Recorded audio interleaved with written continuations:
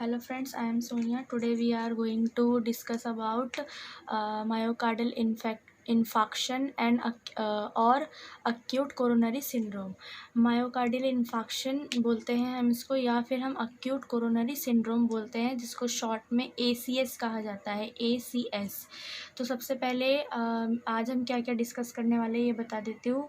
सबसे पहले हमें ये जानना है कि मायोकार्डियल इन्फाक्शन होता क्या है, मतलब कि डेफिनेशन, उसके बाद pathophysiology, then types of ACS या फिर टाइप्स ऑफ मायोकार्डियल इन्फाक्शन. तो first we have to come with definition of myocardial infarction.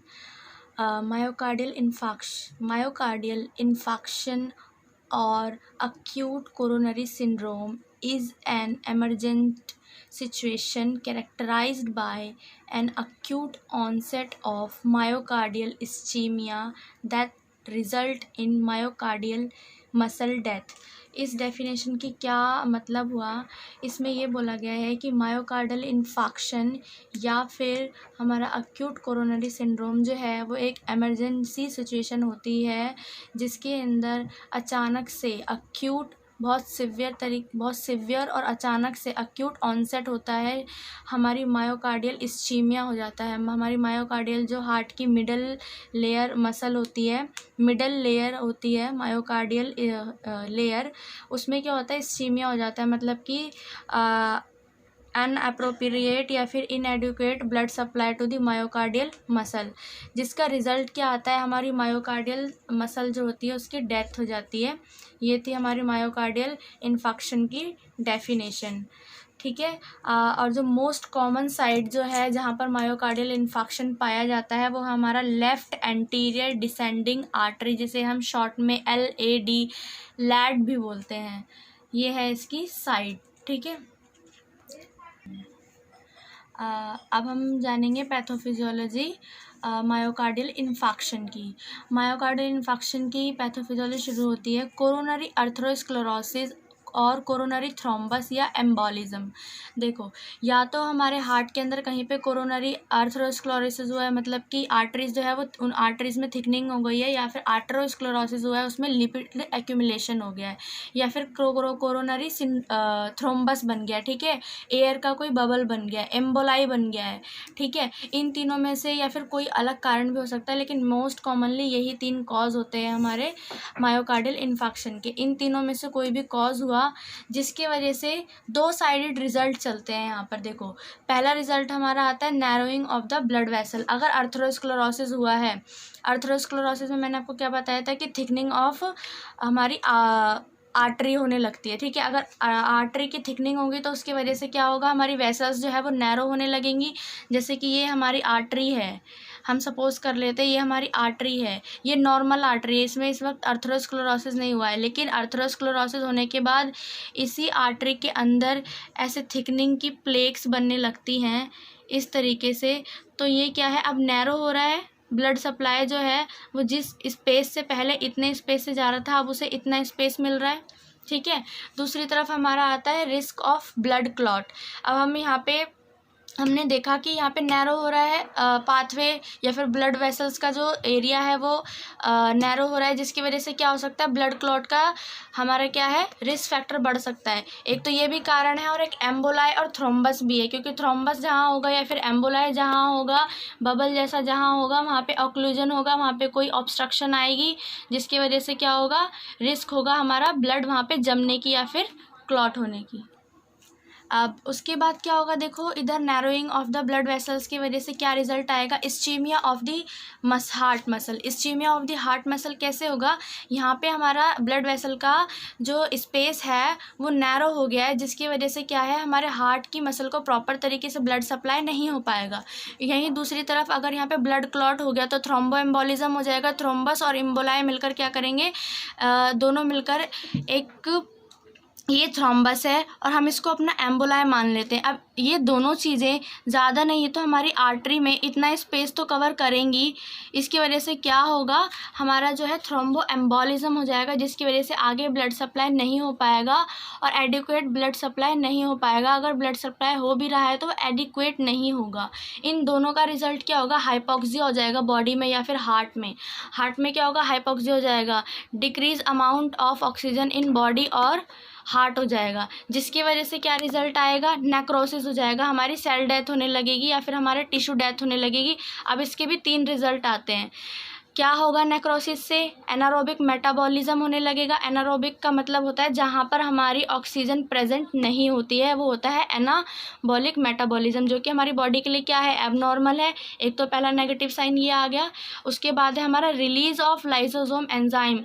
Body को ऐसा लगेगा कि उसकी अंदर कोई बैक्टीरिया या फिर कोई फॉरेन बॉडी जो है वो बॉडी में एंटर कर गई है, जिसके रिस्पांस में बॉडी लाइसोसोम को सिक्रीट करेगी और सेल डेथ जो है वो अपने आप को एनर्जी देने के लिए लाइसोसोम को रिलीज़ करेगी, जो कि हमारे लिए ठीक नहीं है। बॉडी में जो रिजर्व हमारी एनर्जी थी अब वो भी जा रही है, ठीक है। उसके बाद थर्ड है हमारा मायोकार्डियल कॉन्ट्रिक्शन। मायोकार्डियल जो हमारी मसल है वो क्या करेगी, अब कॉन्ट्रैक्शन करेगी, कंस्ट्रिक्ट हो जाएगी वो, क्योंकि उसको ब्लड सप्लाई नहीं मिल रहा है, वो डायलेटेड नहीं रहेगी, जिसकी वजह से पेशेंट को क्या होगा, पेन होगा। अब नेक्स्ट है हमारा, आप देखिए एनारोबिक मेटाबॉलिज्म की वजह से क्या हुआ, लैक्टिक एसिड फॉर्म हुआ, क्योंकि बॉडी में जब भी एनर्जी डिक्रीज़ हो जाती है, decrease amount of energy in body हो जाता है, तो बॉडी लथार्जिक पोजीशन में आ जाती है। और जब भी हम लथार्जी होते हैं, थका हुआ महसूस करते हैं, वो किसकी वजह से करते हैं, क्योंकि हमारी बॉडी में क्या सीक्रेट होने लगता है, लैक्टिक एसिड। तो लैक्टिक एसिड बढ़ा हमारी बॉडी में, ठीक है। अब उसके बाद रिलीज ऑफ लाइसोसोम का क्या हमें रिजल्ट मिला, अल्टर्ड डीपोलराइजेशन, मतलब कि अब हमारा जो है डीपोलराइजेशन जो होता था अब वो अल्टर्ड हो जाएगा, मतलब कि वो जो अपना काम करता था अब वो अपना उसका उल्टा काम करेगा, नेगेटिव काम करेगा। मतलब कि अगर पहले रीपोलराइजेशन होता था तो अब वो डीपोलराइज होगा या फिर वो पोलराइज ही नहीं होगा, ठीक है। उसके बाद हमारा थर्ड है मायोकार्डियल कॉन्ट्रिक्शन का क्या आता है रिजल्ट, डिक्रीज कार्डियक आउटपुट, क्योंकि कार्डियक मसल जो हमारी मायोकार्डियक मसल है उसको क्या है, प्रॉपर ब्लड सप्लाई नहीं हो पा रहा है, इसको प्रॉपर ब्लड सप्लाई नहीं हो पा रहा है, तो ये हार्ट को आगे सप्लाई नहीं कर पाएगी, जिसकी वजह से हमारा कार्डियक आउटपुट जो है वो डिक्रीज आएगा, ठीक है। अब इन तीनों के वजह से क्या अपना अपना रिजल्ट आएगा। देखो लैक्टिक एसिड ज़्यादा फॉर्म हुआ, उसका रिजल्ट हमें क्या दिखने को मिलता है, बॉडी में चेस्ट पेन होगा पेशेंट को, ठीक है, स्पाज्म होगा, ऐसे करके कुछ स्पाज्म होगा। उसके बाद क्या है, डिक्रीज कार्डियक आउटपुट का रिजल्ट क्या आता है, रीनल इस्चीमिया और ओलिग्यूरिया।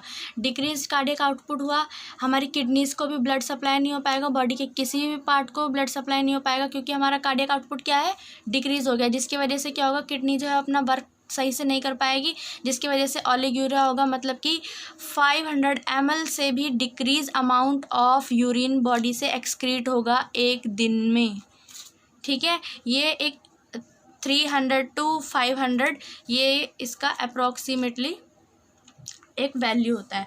अब अल्टर्ड डीपोलराइजेशन की वजह से क्या हुआ, हमारा मायोकार्डियल इन्फेक्शन होगा, हमारी मसल्स जो है वो दोबारा रिलैक्सेशन पोजीशन में नहीं आ पाएंगी। अब इस पूरे के पूरे चार्ट का रिजल्ट लास्ट में निकलता है मायोकार्डियल इन्फेक्शन। बॉडी में चेस्ट पेन हुआ, अल्टर्ड डीपोलराइजेशन हुआ, रीनल इस्चीमिया हुआ। अब हमारी मायोकार्डियल जो मसल है, मिडल लेयर है हमारे हार्ट की, उसका इन्फेक्शन हो गया। इन्फेक्शन का मतलब होता है सेल डेथ और टिश्यू डेथ। ये थी हमारी पैथोफिजियोलॉजी। कुछ भी इसमें ना समझ आया हो तो प्लीज़ बता दीजिएगा। नेक्स्ट है हमारा टाइप्स ऑफ मायोकार्डियल इन्फेक्शन या फिर types of ACS, acute coronary syndrome. 3 types होते हैं हमारे मायोकार्डियल इन्फेक्शन के। एक होता है ST segment elevation myocardial infection, दूसरा होता है हमारा non ST segment elevation myocardial infection, और थर्ड हमारा होता है unstable angina pectoris. First we have to come, first है हमारा ST सेगमेंट एलिवेशन MI। इसके अंदर क्या होता है, ST segment elevation myocardial infection का डायग्नोस जो है वो हम ECG के थ्रू करते हैं। ये चीज़ आपको याद रखनी है, ठीक है। ईसीजी के थ्रू करते हैं। अब मैं पहले इसको रीड करती हूँ, फिर आपको ये समझाती हूँ। ST segment elevation MI is the term cardiologist use to describe a classic heart attack in which a part of heart muscle has dead due to the obstruction of blood supply to the area. अब इसमें क्या होता है, देखो ST segment elevation हमें जो है ये कब दिखाई देगा, जब हम पेशेंट का ईसीजी कराएंगे। और इसके अंदर होता क्या है, एसटी सेगमेंट जो है ये हमारी क्या होती है ईसीजी के अंदर, ये एक फ्लैट रे होती है जो कि इस तरीके से कुछ हमें दिखाई देती है। नॉर्मली एक फ्लैट वे में चलती है ये, ठीक है। जैसे कि हम सपोज कर लेते हैं ये हमारा ईसीजी का ग्राफ है, तो ये कुछ इस फ्लैट वे में चलती है। लेकिन अगर हमारे को लेकिन जब पेशेंट को हार्ट अटैक आता है या फिर मायोकार्डियल इन्फेक्शन होता है, वो भी एसटी सेगमेंट एलिवेशन एमआई होता है। तो यही फ्लैट रे जो है, यही फ्लैट जो हमारी वेव है, ये कुछ एबनॉर्मली इस तरीके से एलिवेट हो जाती है। ये चीज़ आपको यहाँ पे समझने वाली है, ठीक है।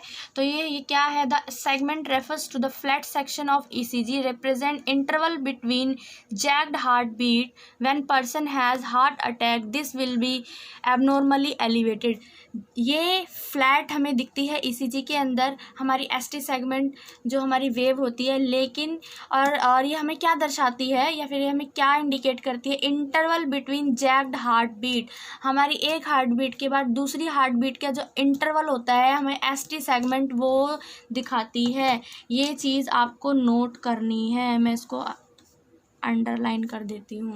Interval between jacked heart beat represent interval between jacked heart beat, ठीक है। बार बार रिपीट करो, ये चीज़ आपको याद रखनी है कि एसटी सेगमेंट हमें क्या दिखाता है।